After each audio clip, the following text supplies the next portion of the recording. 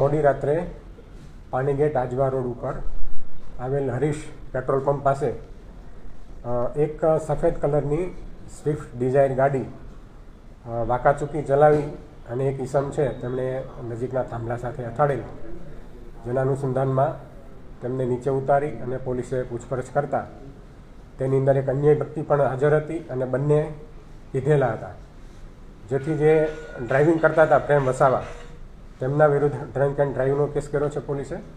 અને બીજો ઈસમ છે વિજય રાઠોડ, તેમના વિરુદ્ધ પણ એક પીધેલાનો કેસ કરેલો છે. આ ગાડી કોની છે? એમની પોતાની હતી કે બીજાને લઈને આવ્યા હતા? એ તપાસ ચાલુ છે એની.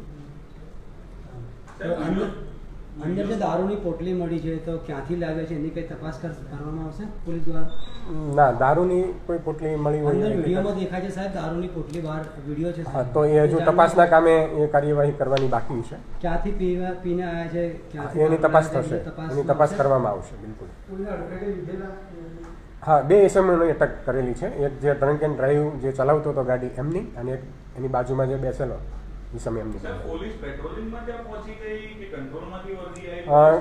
કંટ્રોલમાંથી વર્ધી આવેલી હતી.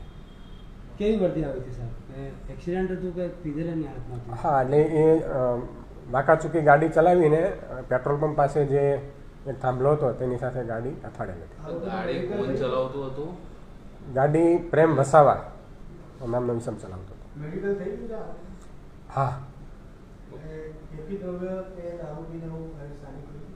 એ થશે.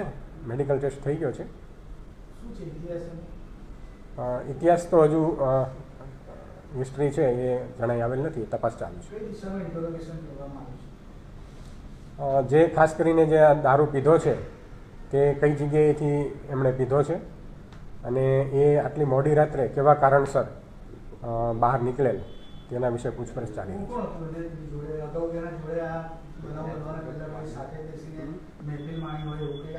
ના, અગાઉનું જે હકીકત છે એ કોઈ હજુ ધ્યાન ઉપર આવેલ નથી, તેની તપાસ ચાલુ છે.